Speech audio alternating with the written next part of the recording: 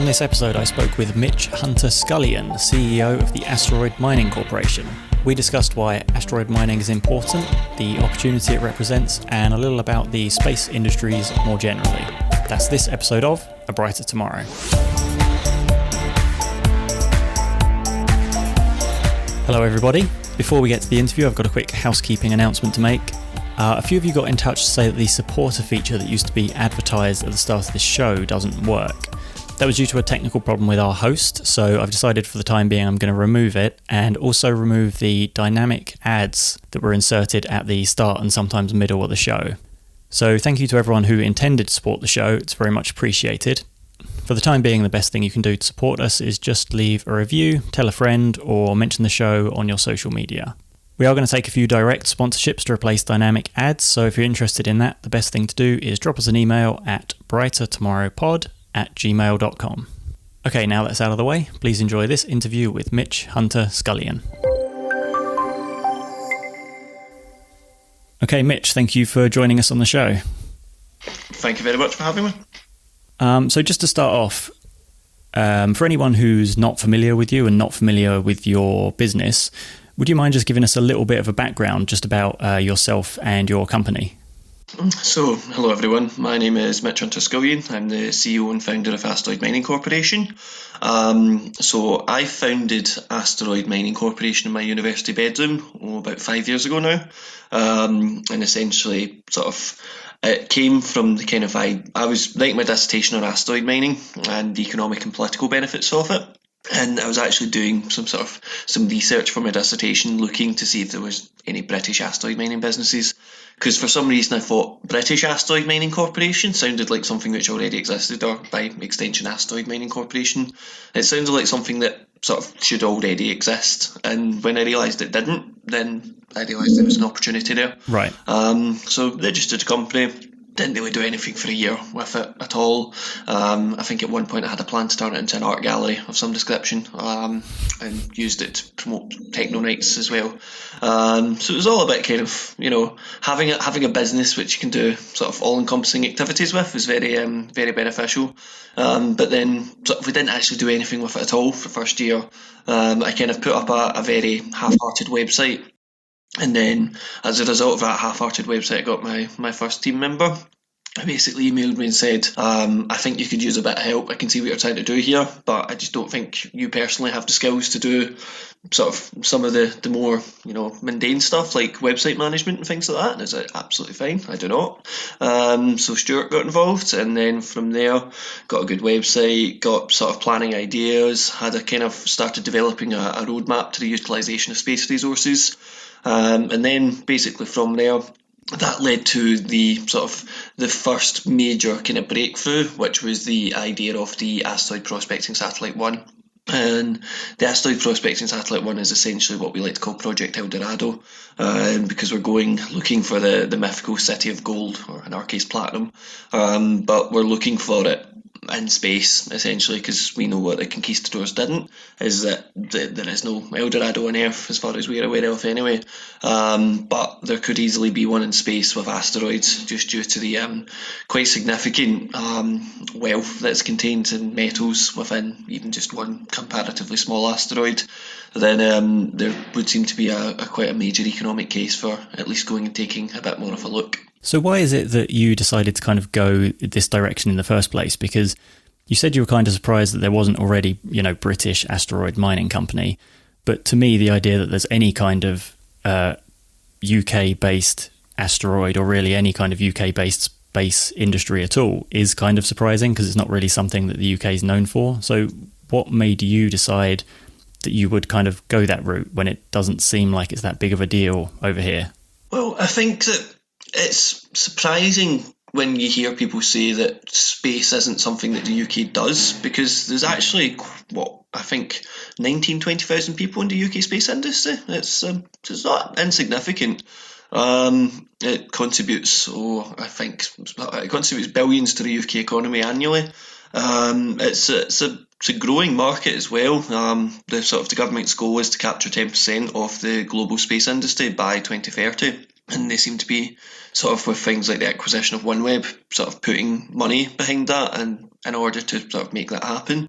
So I think that space is definitely something which the UK, if perhaps we didn't do very well 10 years ago, is something that we do very well in now.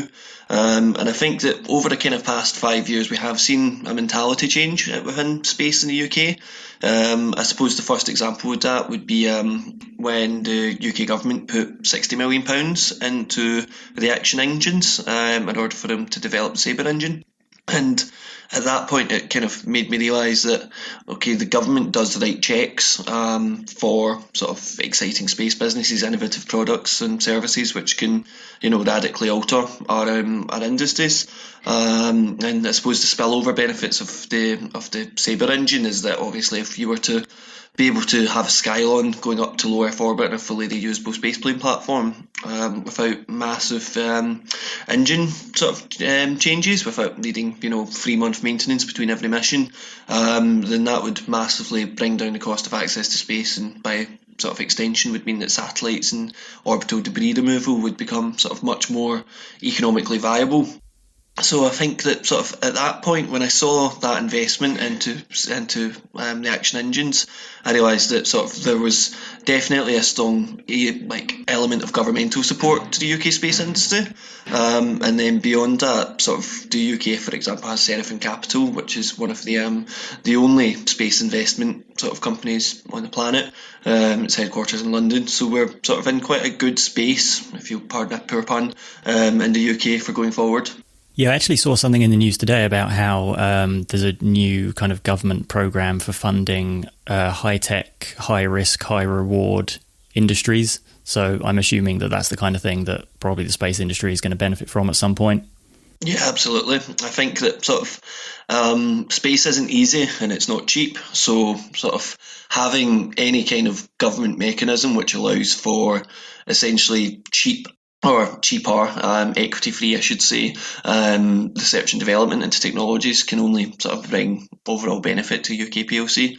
And I think that through having that kind of high-risk, high-reward strategy, that's how you go and sort of achieve the big goals. Is it faint heart never won fair maiden, as I like to say. So this is going to sound like a stupid question and it has a very obvious answer, but I think it's good to just kind of spell this out anyway. What's actually the point of space mining? Don't we have plenty of things to mine here that are much closer? Yeah, absolutely. So, for example, I think it comes down to a question of what resource you're using. If you, for example, were interested in, iron, you're never going to go to space to mine iron. So you wouldn't go mine iron in space because there's too much of it on Earth. It's not economically justifiable, and the cost of it is what, £25 a ton. You can get raw iron incredibly cheaply. Whereas with things like platinum group metals, a platinum group metal is currently £25 million a tonne, and we only mine, for example, platinum. We only mined 180 tonnes of platinum last year, which is in itself the entire capability of Earth's production was 180 tonnes. To put that into context, about 25% of that, about 50 tonnes of that, went into smartphone production, which means for things like scientific innovation, developing new materials, new technologies for such things like hydrogen catalysts, we don't have the raw materials as a planet to support a lot of that technology development. And even with the current technology that we have for things like smartphones, we're still quite limited in sort of just how much we can do. So one of the reasons why your very sort of high capability smartphones are so expensive is because they require sort of quite a significant amount of platinum group metals to go into their components, and as part of that brings the cost up. However, if you were to essentially half the price of platinum, then if platinum came down to let's call it £10 million per tonne, still an expensive metal, but at £10 million per tonne, if the supply was to be essentially doubled or tripled, and the demand was to go up accordingly, then essentially you can start to look, you can justify looking elsewhere, and by elsewhere I obviously mean space, for your metals, because essentially as we are sort of essentially inelastic in supply on platinum group metals on Earth, we are kind of forced to either look to sort of environmentally protected areas of the planet, such as the Arctic, the rainforest, and the Antarctic, or under the sea even is another one which I've been hearing more and more of. And we don't really know what damage that will have on our planet in the long term, especially things like undersea ecosystems. Like, we just don't know enough about them to really justify messing with that when it may sort of have a massive knock-on effect on sort of the biosphere of our planet. But fortunately, with asteroids, they're just dead rocks. It's a hard thing to conceptualize an asteroid, and I know this more than most people because I try to do it every day. But if you can just imagine, like, something maybe the size of a small hill or sort of a small mountain, like a Munro in Scotland, something the size of a Munro, kind of just floating in space, made of rock. Just a small mountain that you could, go and recover material from, and it's a geographical position in space. But the problem with astrodynamics is that obviously it's moving in a different orbit around the sun than we are on Earth, so the times when you can access this asteroid are sometimes limited. So that is one of the limiting factors with asteroid mining. However, in doing so, the whole sort of purpose of prospecting for these asteroids is to find those asteroids which are not only sort of rich, bountiful asteroids which contain, all the golds and silvers of El Dorado, but also they need to be accessible, because if they could be made of solid gold, but if we can't get to them, what's the point? We're never going to be able to sort of economically justify going there. So there's definitely a trade-off between the sort of the economic accessibility of it as well as the technical accessibility of it as well. Is there any kind of risk at all about bringing things down and kind of processing them on Earth, because it actually adds like carbon and other pollution to the atmosphere? Whereas if you dig things up, we're essentially taking carbon out of the Earth, putting it into the atmosphere as we process things. But essentially, at least on Earth, the balance of those materials are still all staying the same. Whereas if we start actually adding things, is there any risk here that we could actually upset any kind of natural balance that we have? Well, you touch on a very important point there, which is the kind of the environmental aspect of space mining. But I think it's important to realise that our product development, or our sort of development milestones, is based upon in-space processing. So essentially, we don't want to be, firstly, because it's inefficient, we wouldn't want to be sort of bringing down the raw material from an asteroid, and secondarily, because essentially it's economically unviable. As exciting as sort of the meteorite collectors would be, in order to have a sample directly from an asteroid, we could vacuum seal it for them or something, it's not going to get the same economic it's not going to hit the tipping point into profitability, which bringing back raw refined or pure refined platinum would be.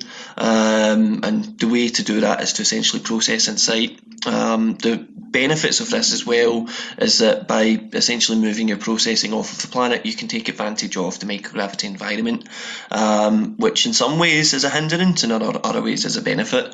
So for example, in the processing unit, you don't need to depend on gravity to separate things. You can use sort of electromagnetics for separation, and that sort of has quite a significant influence on things like efficiency in the longer term, and as well as things such as just general like processing of ore can be done quite efficiently on Earth, but it can be done sort of efficiently in space as well, by taking advantage of the space environment, and then obviously by sort of having your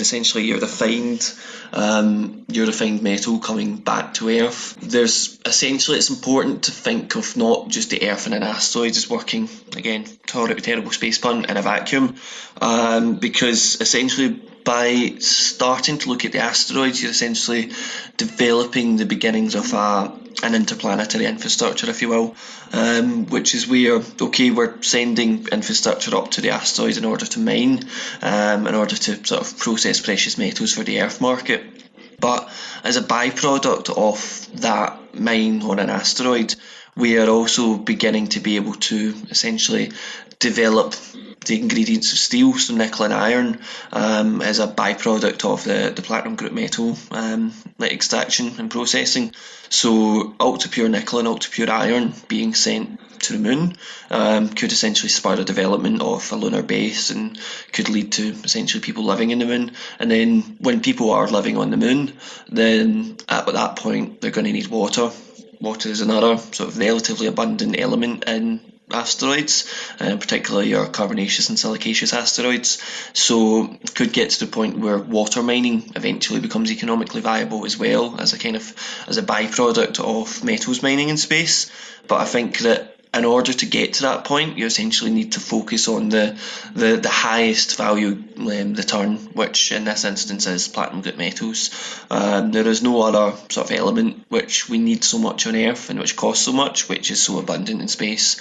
And I think that that's one of the main attractions to mining in space, is just the relative abundance. And to kind of put it into context, that abundance, because I know it's sort of, when you think 200 tons of platinum, that's quite a lot. 200 tons of platinum would very easily fit underneath the Eiffel Tower.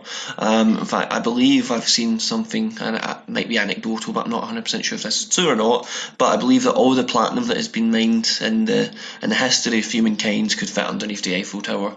You can go and check that one up for yourself later if you so desire. But if we're only mining 200 tons, that would definitely be, it would weigh less than the Eiffel Tower, let's put it that way.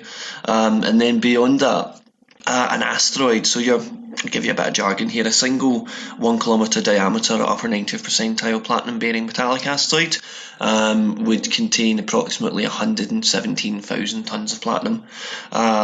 So that is, considerably more platinum than have ever been mined in the history of humanity. That 1 kilometre diameter asteroid is comparatively small, but I think it's the economic value of that platinum at current market prices, which is really the thing which captures imaginations. So that 117,000 tonnes of platinum is worth approximately £2.35 trillion. So that is roughly equivalent to the gross domestic product of the UK or Germany. So like essentially G7 countries, economic GDPs are essentially held in platinum alone within a comparatively small asteroid. If you're to take, the rest of the platinum group metals, ignoring the iron and nickel and water and whatever else would be in the asteroid, then that asteroid is worth £9.155 trillion, which is essentially 3 times the gross domestic product of the UK, or if you want to be smart, the gross domestic product of Germany, France and the UK put combined, which is quite a strange figure to get your head around, that one asteroid could essentially provide as much wealth as a country every year. It's an amazing opportunity, and I think it's sort of one of the things which definitely is going to spur the economic development of space resources going forward. Yeah, there's a few things there that you brought up that I want to dig into a little bit, but first of all, just so that we've kind of got a bit of a better picture of what we're actually talking about, could you talk us through very briefly like a workflow? Because obviously you have to sort of find something, you have to find a target, you prospect, you actually mine, you I'm not sure, you process, you return to the moon or Earth's orbit, wherever it's going to be used. Can you just run us through briefly what like a project would look like from start to finish? Yeah, absolutely. So, to give you the very full story, and I think that sort of this is a very important part of it. So, we as a space company will probably not send something into space in our first, 10 years of operation. And the reason for that is simple, is that essentially any company needs to be able to pay the bills. Any company needs to essentially be profitable in order to survive. Otherwise, what you have is a project, not a company. So what we have done is we have partnered with the Space Robotics Lab at Tohoku University in Sendai, Japan, to develop the space-capable asteroid robotic explorers. scary space robots, as we like to say. So our scary space robots will essentially are designed for asteroidal exploration from the get-go. They are walking robots designed for use in essentially zero gravity environments or reduced gravity environments. So, for example, Martian or lunar lava tubes. So these are sort of very, very capable robots that we're developing, but there's an important aspect to these robots, which I think sort of really starts to tell the story here. These robots are essentially we've identified a massive market for these robots in industrial and transport inspection, which can essentially pay the bills for space mining going forward for the next 10, 15, 20 years almost. So essentially phase 0.1 is to establish a base layer of profitability generating 7 or 8 figure revenue before we even particularly look at going to space. Because in doing so, by being able to sort of sell robotics, that will fund the development of the prospecting, and this is the next phase. So the Asteroid Prospecting Satellite 1 is currently under development concurrently with the scary space robots, and as part of that, it will essentially look at we'll probably look at about 45 to 90,000 asteroids over its lifespan, and essentially it will just classify and categorize those asteroids, and in doing so it will essentially be able to say that one's silicaceous, carbonaceous or metallic, that one's valuable, that one's too far away, and essentially we've developed algorithms which will take all that data and will essentially churn out a list of candidate asteroids to say these ones are interesting. The point of that being we're essentially sort of looking for an answer here. We're looking for the holy grail asteroid, which is close enough that we can get to it quite quickly and quite easily and quite regularly, but also that is rich enough and valuable enough economically that we can justify the cost of going there. We can justify setting up an infrastructure there in the longer term. So once we've found that asteroid, we then move to the exploration phase, and this is where our scary space robots come back in. So essentially the Asteroid Exploration Probe 1 is essentially a bit like a school bus, but for scary space robots. Its job is to send these robots up to an asteroid and to essentially deposit them on one or possibly more asteroids, depending on the astrodynamics.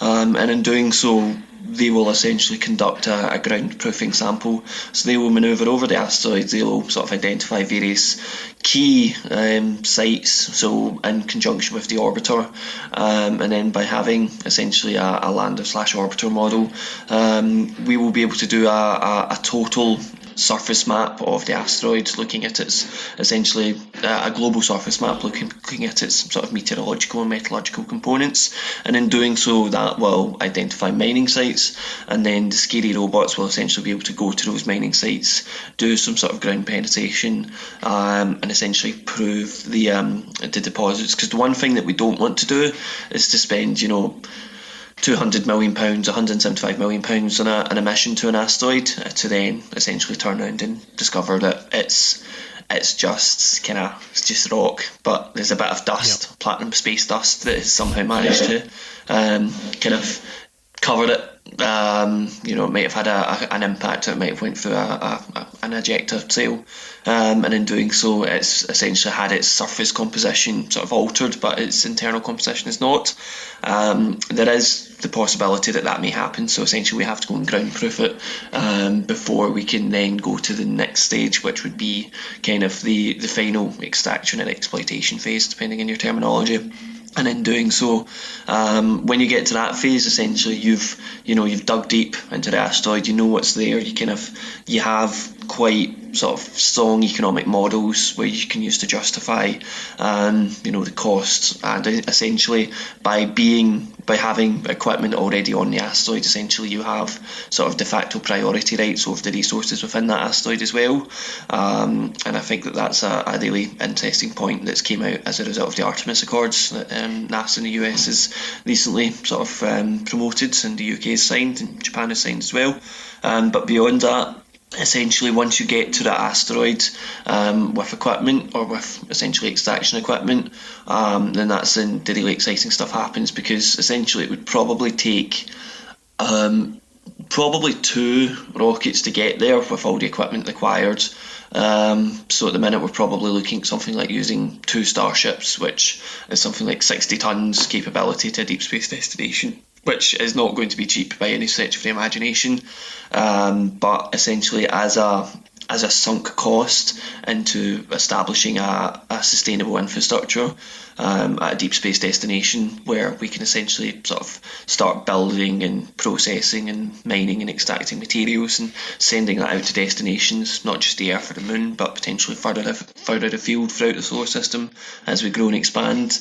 By developing that infrastructure, that becomes a very worthwhile endeavour, because ultimately it will lead to essentially the expansion of humanity beyond kind of geostationary orbit into sort of more deep space and sort of wider solar system adventures. Yeah, so in terms of that kind of wider space industry, if we jump ahead, say, 50 years, what do you imagine that might look like? What kind of industries might we actually be moving into space? Because at the moment, aside from things like commercial satellites, most of what goes on in space is kind of research-based at the moment, isn't it? So how might it look in 50 years if we, commercialize and industrialize space a bit more? Well, I suppose there's 3 main kind of projects that I can foresee coming probably within my lifetime. I would like to think is in the next 50 years or so. I suppose first and foremost would be sort of the establishment of space-based solar power.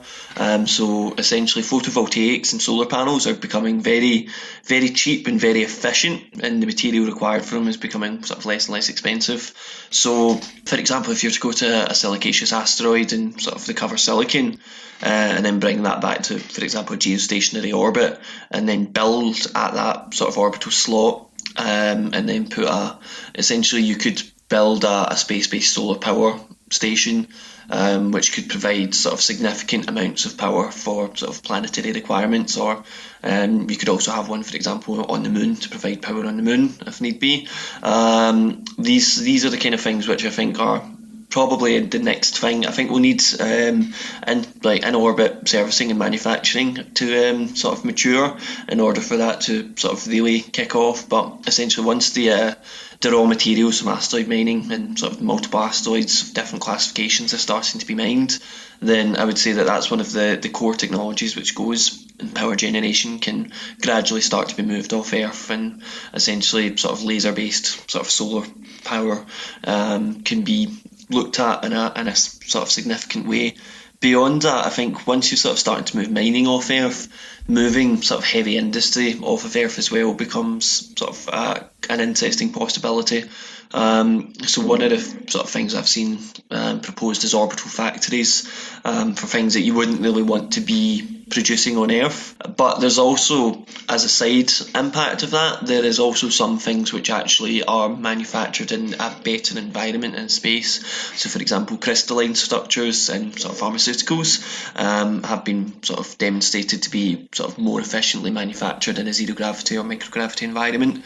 So things like, once you have the infrastructure to start building factories in space, then perhaps we may see pharmaceutical factories in space.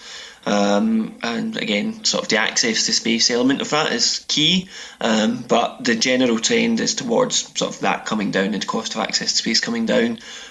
So in 50 years' time, it wouldn't surprise me if we had factories in space building things. And then I suppose the final thing that I would expect, 50 years or so down the line, would be kind of a lunar base. And by lunar base, I think we're probably not talking in the Antarctic, or it might start upon the Antarctic model. So, it might be 5 or 6 or 10 or 12 sort of intrepid explorers going and laying the foundations and the groundwork and doing the very hard things. But I think that that's quite a kind of a 20th century viewpoint almost of what lunar exploration and colonisation will look like. I think it will essentially be led by robotic infrastructure development. So by the time kind of humans land on the moon and sort of stay there for extended periods, like a month, 6 months, a year, we'll have probably had sort of robots building on the moon for 5, maybe even 10 years, in order to essentially build up an infrastructure in advance of any astronaut coming for an extended stay. And the reason for doing this is simple, is because we have the capability to do so, and if anything goes wrong, then it's not a national tragedy like the Challenger disaster.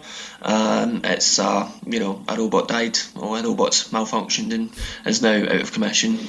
Unless they gain sentience, which I highly doubt, although I would worry about in the longer term. I don't think we would have to be particularly sad about our scary space robots if, for example, one of them was to die on the moon.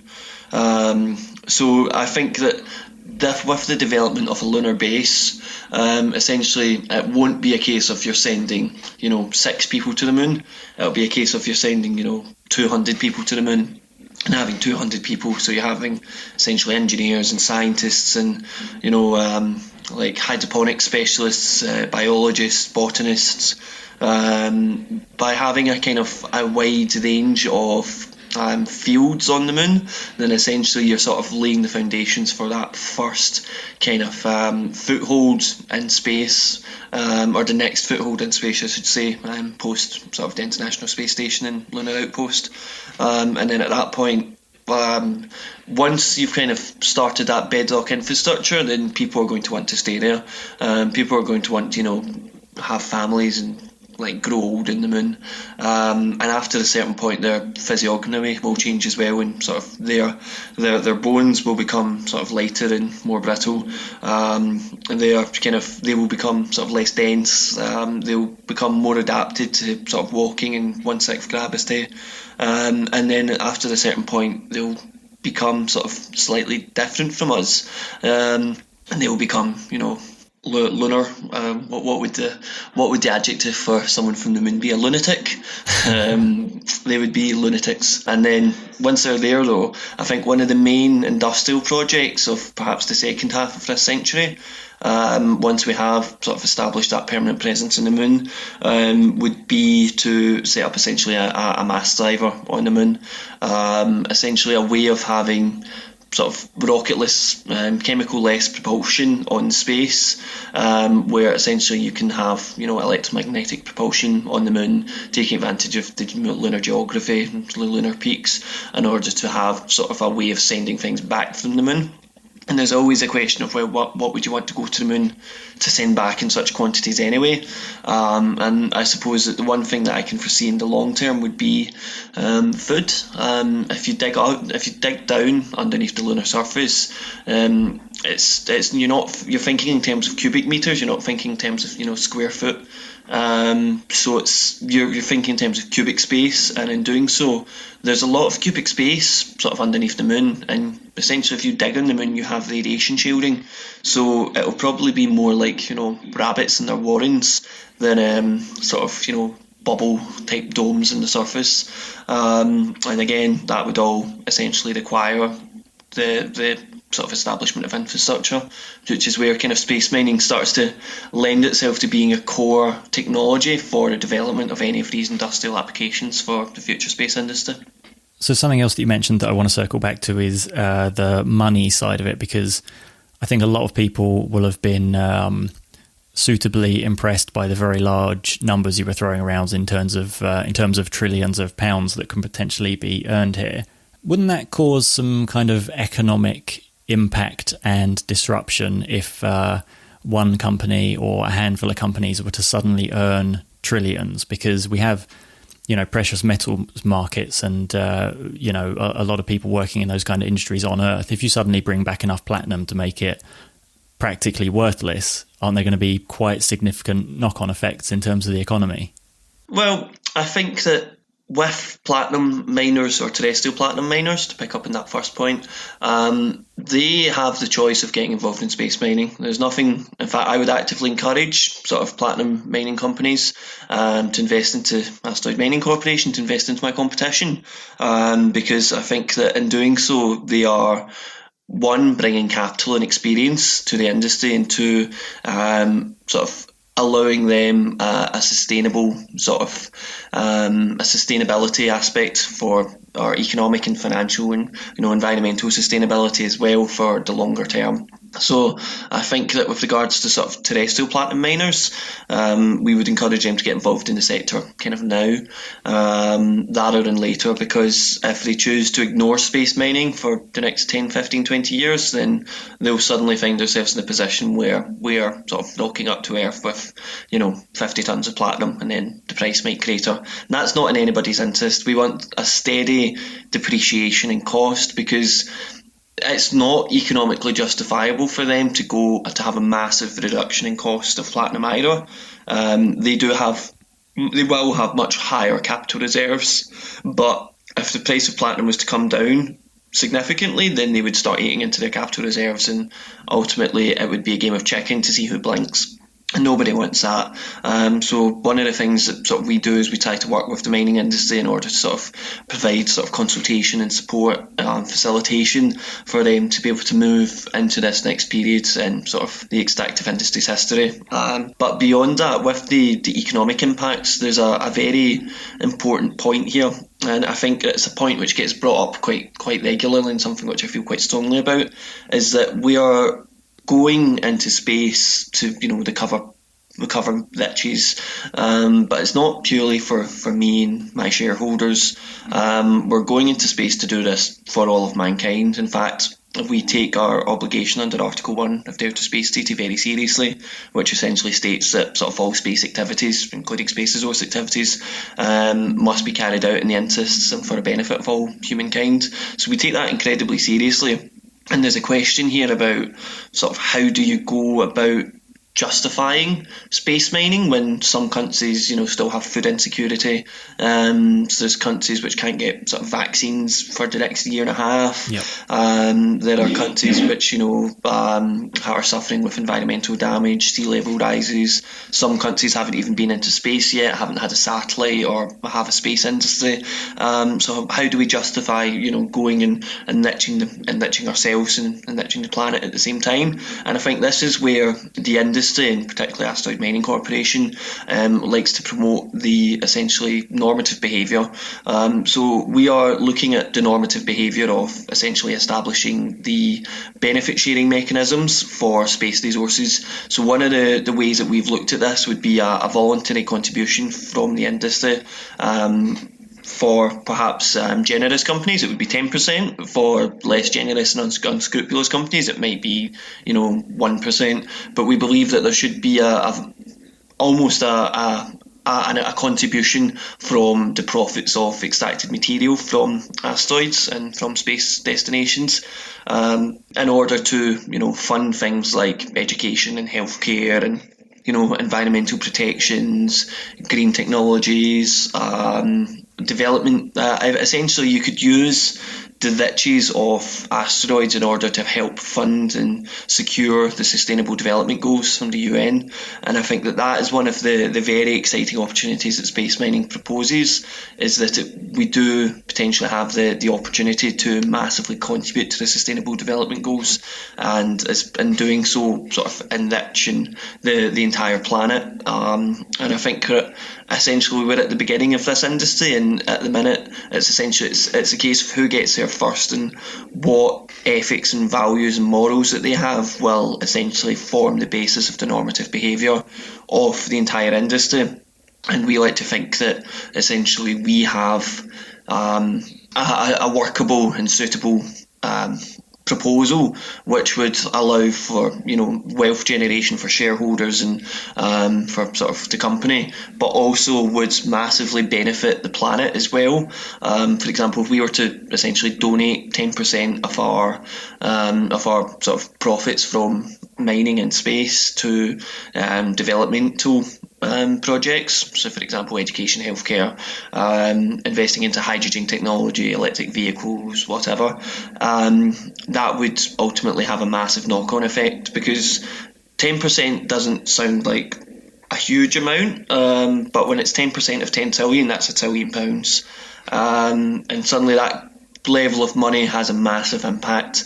Even if it was 1%, even if it was at the lower end of that asteroid, that 1 kilometre diameter metallic asteroid we talked about earlier, if you're to donate even 1% of that to the developing world, and help essentially help the developing world gain spacefaring capabilities, and develop satellites in the Maldives in order to watch for sea level rises, things like that become economically sustainable and possible, without sort of impacting on the budgets of these countries, and sort of taking anything away from their GDP.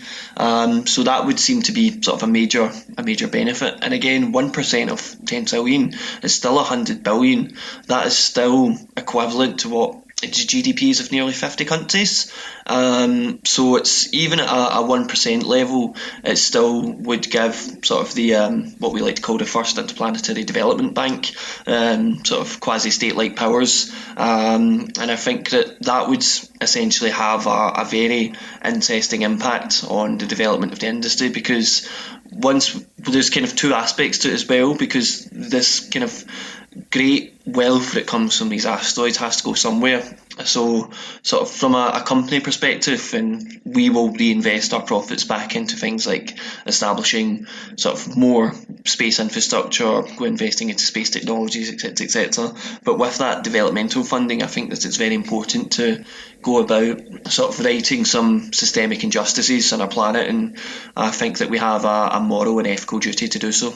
Yeah, you've touched on this a bit, kind of with everything you've said already, but you seem pretty optimistic. So if you were in some sort of position of authority, you're like Minister of Space Industries for the UK or something like that, how would you kind of guide the industry to make sure we have a successful but also kind of responsible industry? Well, I think that first and foremost, as with any industry, and it's sort of early infancy, funding is always so beneficial. So funding, I know of at least 5 projects at universities in the UK that are currently sitting unfunded, which have direct application for space mining. They're led by world-class academics, but there's not been the funding in place, because there's not been, in the eyes of some people, commercial purpose for their research. They've seen it as purely scientific research, and I would disagree, because I would say there's a direct commercial application in space mining, space resources. So I think that funding at the academic level and also at an industrial level would be something that I could only promote.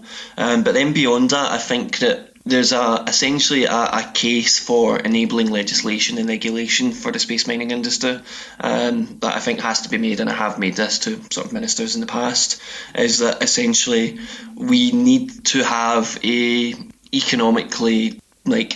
we need a febrile environment for economic development. So we need to have sort of an industry-led approach, because we are still 7, 8 years, 10 years away from sort of landing an asteroid. So there's a lot of developmental work that needs to be done before we get there. And that means that we can't essentially write the laws now, or we can write some of the overarching principles in law now.